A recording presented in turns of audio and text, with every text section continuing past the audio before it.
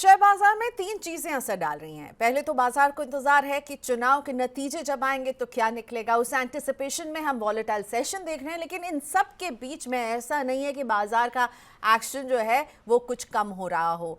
कई आईपीओ जो हैं वो लाइन लगा के खड़े हैं और मेन बोर्ड के आईपीओ में इस हफ्ते हम देखने वाले हैं विराट कोहली और अनुष्का शर्मा के सपोर्ट वाली कंपनी गो डिजिट जनरल इंश्योरेंस की लिस्टिंग। सबकी नजर यहां पर टिकी हुई है। अच्छा रिस्पांस भी इस आईपीओ को मिल चुका है। तो इस लिस्टिंग में आपको क्या करना चाहिए और साथ ही में और कौन सी आईपीओ की लिस्टिंग हो रही है, केवल गो डिजिट नहीं है और भी हैं कई। तो इन सब पर बात करने के लिए मेरे सहयोगी संदीप ग्रोवर मेरे साथ जुड़ चुके हैं। संदीप, मार्केट में एक्शन काफी है। सबसे पहले तो भाई विराट कोहली और अनुष्का वाले जो कंपनी है गो डिजिट, उसमें सभी का इंटरेस्ट है, मेरा भी। बताइए, लिस्टिंग होने वाली है, लिस्टिंग गेन्स मिलेंगे नहीं मिलेंगे, जिन्होंने आईपीओ में पैसे लगाए उन्हें क्या करना। Grey market premium much awaited IPO था और रिस्पांस काफ़ी अच्छा मिला है। पिछले शुक्रवार को ये आईपीओ बंद हुआ था।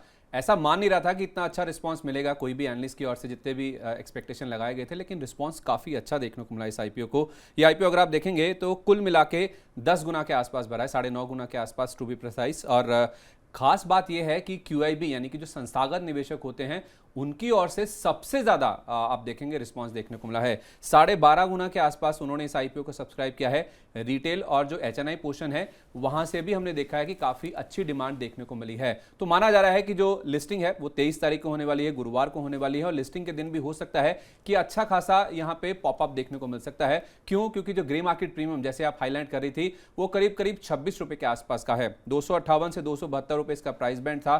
तो अच्छी बुक बनी है तो 272 रुपए इसका इशू प्राइस है। तो 272 रुपए के ऊपर आपको 26 रुपए के आसपास का एक जो ग्रे मार्केट प्रीमियम है वो इंडिकेट कर रहा है कि प्रीमियम देखने को मिल सकता है, यानी कि अच्छी खासे प्रीमियम के साथ यहां पे लिस्टिंग देखने को मिल सकती है। और गौर करने वाली बात यह है क्योंकि क्यूआईबी का हिस्सा अच्छा भरा था, 12 गुना से ज्यादा बुक बनी थी, तो हो सकता है कि लिस्टिंग के बाद जिनको सब्सक्रिप्शन नहीं मिला, जिनको अलॉटमेंट नहीं हुआ है, वो शायद लिस्टिंग होने के बाद यहां पे खरीदारी करते हुए दिखें। लेकिन एक्सपर्ट्स का जो मानना है वो थोड़ा सा विपरीत है, क्योंकि इस आईपीओ को लेकर जो लिस्टिंग होने वाली है उस पर हमने मंत्री फिनमार्ट के फाउंडर अरुण मंत्री जी से बातचीत करी। तो उनका यह कहना था कि लिस्टिंग गेन के दौरान जब लिस्टिंग होगी, जो भी गेन मिले लिस्टिंग के टाइम पे आपको वो लेकर निकल जाने चाहिए, क्योंकि इसके जो वैल्यूएशंस हैं उसको लेकर कुछ अच्छी यहाँ पे जो धारणा है वो इस स्टॉक को लेकर नहीं बन रही है। कोई भी बड़ी गिरावट होती है जब लिस्टिंग हो जाती है प्रीमियम के साथ, कोई बड़ी गिरावट होती है तो अगर आप चाहें तो लंबी अवधि में अगर आपको उतरना है तो लोअर लेवल्स पे आप एक्यूमुलेट कर सकते हैं, वहां पे खरीदारी करने के बारे में सोच सकते हैं। ओके, सो गो डिजिट के लिस्टिंग का इंतज़ार रहेगा और एक्सपर्ट्स कह रहे हैं लिस्टिंग गेन हो तो ज़रूर मुनाफा बुक कीजिएगा।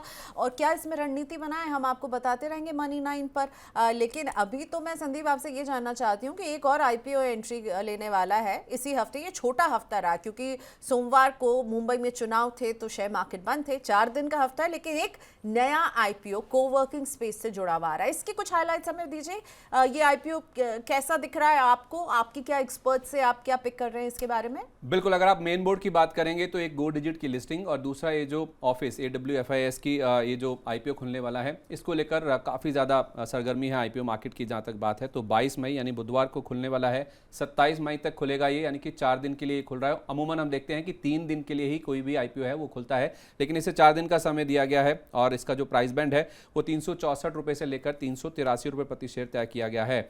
अगले गुरुवार को यानी कि 30 मई को इसकी लिस्टिंग होने वाली है और इस आईपीओ के जरिए 576 से 599 करोड़ रुपए ये कंपनी जुटाना चाहती है। अब आपने बात करी कि इस आईपीओ में दरअसल रणनीति कैसे बनानी चाहिए, तो हमने अरुण मंत्री जी से बात करी इसके बारे में, तो वो कह रहे थे कि इस आईपीओ को आप अवॉइड कर सकते हैं। इसमें भी जो वैल्यूएशंस हैं उसको लेकर वो कंफर्टेबल नहीं नजर आ रहे थे। वो कह रहे थे कि थोड़ा इंतजार करना चाहिए, जैसे आप हाईलाइट कर भी रही हैं कि मार्केट में वॉलेटिलिटी है, तो किसी अच्छे आईपीओ का इंतजार कीजिए। मेन बोर्ड में अगर आप पैसा लगाना चाहते हैं तो इस कंपनी को आप अवॉइड कर सकते हैं। ठीक है, आपने कहा अच्छे आईपीओ का इंतजार कीजिए, लेकिन आईपीओस की तो लाइन लगी हुई है, अब इसमें पहचानना भी मुश्किल होगा। लिस्टिंग भी हो रही है कईयों की इस हफ्ते, इस छोटे हफ्ते में हम लिस्टिंग भी जबरदस्त देख रहे हैं ना। वो कौन से आईपीओस हैं और ये मेन बोर्ड के नहीं है संदीप, तो इस पर भी हम जानना चाहेंगे कि एक्सपर्ट्स आपको क्या कह रहे हैं। छोटा हफ्ता है और छोटे ही यहाँ पे चमकते हुए नजर भी आ रहे हैं। एसएमई सेगमेंट जो कि छोटे आईपीओ साइज वाला आईपीओ इश्यूज होते हैं वहाँ पे हम देख रहे हैं कि भरमार है। मेन बोर्ड की 2 ही कंपनियां हैं, लेकिन एसएमई साइड में 8 कंपनियां जो कि फोकस में रहेंगी। एक कंपनी ऐसी है जिसका आईपीओ आ रहा है, एकमात्र कंपनी है वो है जीएसएम फॉइल्स। इसके ऊपर आपको फोकस करना है। लेकिन इसके साथ साथ 7 कंपनियां हैं जो कि इसी हफ्ते लिस्ट होने वाली हैं और 21 मई को तो 3 लिस्टिंग है। इसमें ABS marine services, Veritas advertising, इसकी लिस्टिंग होने वाली है। साथ ही साथ मनदीप ऑटो इंडस्ट्रीज 21 तारीख को इसकी भी लिस्टिंग है। तो 3 कंपनियां जो कि 21 तारीख को ही लिस्ट हो रही हैं।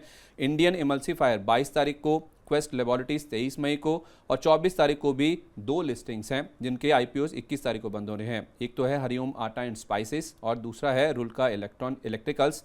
ये 24 मई को बाजार में लिस्ट होने वाली है। तो काफ़ी ज़्यादा एक्शन पैक है। इसको लेकर भी हमने हमारे जो एक्सपर्ट हैं उनसे बातचीत करी कि ये जो लिस्टिंग्स हो रही हैं, लिस्टिंग के दिन करना क्या है। तो 21 तारीख को चूंकि 2 आईपीओस बंद हो रहे हैं एसएमई सेगमेंट्स में, इसमें रुल्का इलेक्ट्रिकल्स और साथ ही साथ हरिओम आटा, ये दोनों आईपीओ बंद होने वाले हैं। तो अरुण मंत्री कहते हैं कि रुल्का इलेक्ट्रिकल्स के आईपीओ में केवल लिस्टिंग गेन के लिए आप अप्लाई कर सकते हैं। वहीं जहाँ तक हरिओम आटा की बात है तो इसमें दाव लगाना वो कह रहे हैं कि रिस्की हो सकता है, थोड़ा जोखिम भरा हो सकता है। अगर आप रिस्क एपेटाइट आपका है, आप जोखिम लेने के लिए तैयार हैं, तो ही आप इसमें लगाएं अर्जी, और वो भी सिर्फ लिस्टिंग गेन के लिए। वैसे भी आप देखें एसएमई आईपीओस में क्योंकि लॉट साइज काफ़ी ज़्यादा बड़ा होता है और 4-4 हज़ार 3-3 हज़ार जो शेयर होते हैं उनका लॉट साइज होता है, तो कम से कम आपको 1 लाख रुपए के आसपास का इन्वेस्टमेंट करना होता है। चूंकि आप हाईलाइट कर रही थी चुनावी माहौल है, मार्केट बहुत वॉलेटाइल है, तो फिलहाल अगर लिस्टिंग गेन मिलता है तो लिस्टिंग गेन लेके निकल जाना चाहिए। अगर आप किसी आईपीओ में अप्लाई कर भी रहे हैं, खासतौर पे एसएमई सेगमेंट में, तो एक्सपर्ट्स यही सलाह दे रहे हैं कि आपके लिए अच्छा यही होगा, केवल लिस्टिंग के नज़रिए से आप यहाँ पे पैसा लगाएं, लंबी अवधि के लिए निवेश ना करें।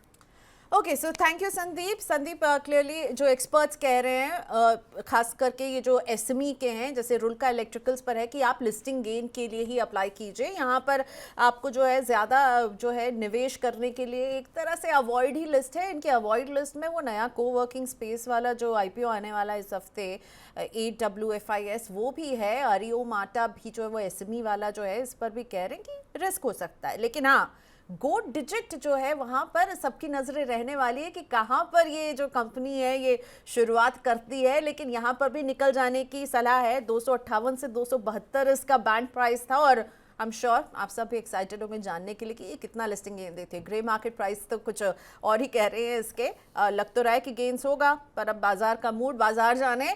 जिस दिन लिस्ट होगी गोल्ड डिजिट उस दिन हम फिर से एक ताज़ा अपडेट आपके लिए लेकर आएंगे। शुक्रिया संदीप, नजरें बनाए रखिए, एक्सपर्ट से बातें करते रहिए। आईपीओ मार्केट में अच्छा खासा एक्शन है जिस पर मैं और संदीप आपके लिए इस तरह की बातचीत लाते रहेंगे। Thank you Sandeep.